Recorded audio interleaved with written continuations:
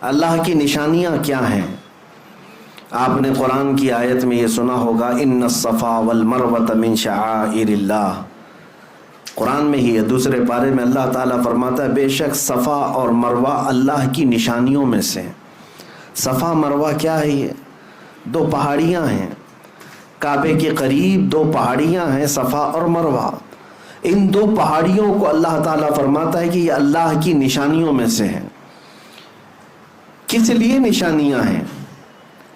اور قرآن میں چوتھے پارے میں آپ پڑھیں گے، اللہ تعالیٰ فرماتا ہے ان اول بیت وضع للناس للذی ببکۃ مبارکا وہدی للعالمین فیہ آیات بینات مقام ابراہیم۔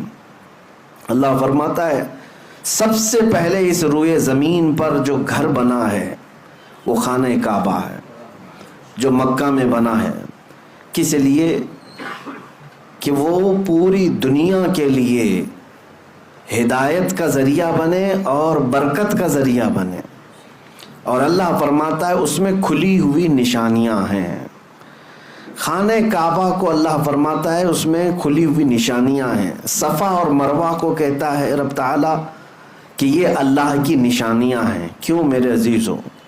اگر کوئی حاجی یہ عقیدہ لے کر کے آتا ہے تو میں سمجھتا ہوں اس کا حج اللہ تعالیٰ قبول کر لے گا۔ میں جو بات عرض کر رہا ہوں وہ یہ ہے کہ صفا اور مروہ دو چھوٹی پہاڑیاں ہیں، اب تو ان کی اونچائیاں سب ختم کر دی گئیں، تھوڑی تھوڑی سی نشانیاں باقی رکھا ہے ایک سعودی گورنمنٹ نے، باقی سب تو مٹا دیا۔ صفا اور مروہ پر کیا ہوا کیا تھا آپ کو یہ بھی پتا ہے۔ سیدہ ہاجرہ حضرت ابراہیم علیہ السلام کی اہلیہ، حضرت اسماعیل علیہ السلام کی ماں، 6 ماہ کے حضرت اسماعیل علیہ السلام، قریب چھوٹے سے بچے، ان کی پیاس کی شدت کو بجھانے کے لیے وہ دوڑ لگا رہی تھیں۔ کبھی صفا پر چڑھ کر دیکھتی کہ کہیں پانی نظر آتا ہے، وہاں سے بھاگتی ہوئی مروہ کی طرف جاتی۔ یہ دونوں پہاڑیوں میں تقریباً آدھا کلومیٹر کا فاصلہ ہے، یا ہو سکتا ہے اس سے تھوڑا آس پاس ہوگا، 500 سے 700 میٹر کے درمیان ایک پہاڑی سے دوسری پہاڑی۔ صفا پر چڑھتی پھر مروہ پر جاتی، پھر مروہ سے صفا کی طرف۔ لیکن اسماعیل علیہ السلام کو خانہ کعبہ کے قریب وہ سلا کر رکھی ہوئی تھیں زمین پر۔ روایات میں ہے کہ انہوں نے 7 چکر لگائے، پھر اللہ تعالیٰ نے اسماعیل علیہ السلام کی ایڑیوں کے نیچے سے زمزم کا پانی پیدا فرمایا، جس کو آج پوری دنیا پیتی ہے، سیراب ہوتی ہے، برکتیں بھی حاصل کرتی ہے۔ اب مجھے جو بات عرض کرنی ہے وہ یہ ہے کہ سیدہ ہاجرہ نے دوڑ لگائی اسماعیل علیہ السلام کی پیاس بجھانے کے لیے، صفا سے مروہ، مروہ سے صفا، صفا سے مروہ، مروہ سے صفا، یہ ٹوٹل 7 چکر ہوئے۔ اس کے بعد یہ بات اس واقعے کو ہو کر کے ہزاروں سال ہو گئے، لیکن آج بھی حاجی وہاں پر دوڑ لگا رہے ہیں۔ ہر عمرہ پر جانے والا وہاں پر دوڑتا ہے۔ میرے عزیزو یہ کیا بات ہے؟ اللہ تعالیٰ نے اپنی اس محبوب بندی کی ادا کو قیامت تک آنے والے حاجیوں کے لیے واجب کر دیا۔ یہ اللہ کی نشانی ہے، دونوں پہاڑیاں۔ اب تم دوڑو گے، جو بھی حج کے لیے آئے گا، عمرہ کے لیے آئے گا، دوڑے گا۔ اب مجھے آپ یہ بات بتائیں، کیا آپ بھی کسی کی پیاس بجھانے کے لیے دوڑتے ہیں؟ کیا آپ بھی وہاں پر کسی کو پانی پلانے کے لیے دوڑتے؟ نہیں۔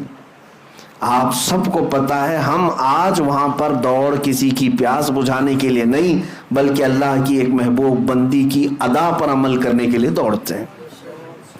اب بات ایک نکتے کی میں عرض کرتا ہوں۔ اللہ کی نشانیوں میں سے ایک نشانی ہے، کیا ہے؟ صفا اور مروہ۔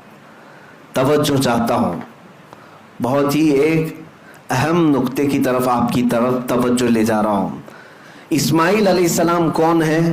اللہ کے نبی ہیں، بلکہ ابھی شیر خوار ہیں، دودھ پیتے ہوئے ہیں۔ اب یہاں سے مفسرین فرماتے ہیں سیدہ ہاجرہ وہ نبی نہیں ہے، نبی کی بیوی ہیں اور نبی کی ماں ہے، لیکن جو دوڑ لگا رہی تھی کس کے لیے دوڑ لگا رہی تھی؟ اسماعیل علیہ السلام کے لیے۔ مفسرین فرماتے ہیں ایک نبی کی پیاس کے لیے اگر کوئی دوڑے تو اللہ اس کو نشانی بنا دیتا ہے. ایک نبی کی پیاس کے لیے اگر کوئی دوڑے اللہ اس کو نشانی بنا دیتا ہے. اے میرے عزیزو، اگر میرے مصطفیٰ کی عزت کے لیے کوئی دوڑے تو یاد رکھنا قیامت تک اس بندے کو بھی اللہ نشانی بنا دیتا ہے. بے نشانوں کا نشان مٹتا نہیں، مٹتے مٹتے نام ہو ہی جائے گا.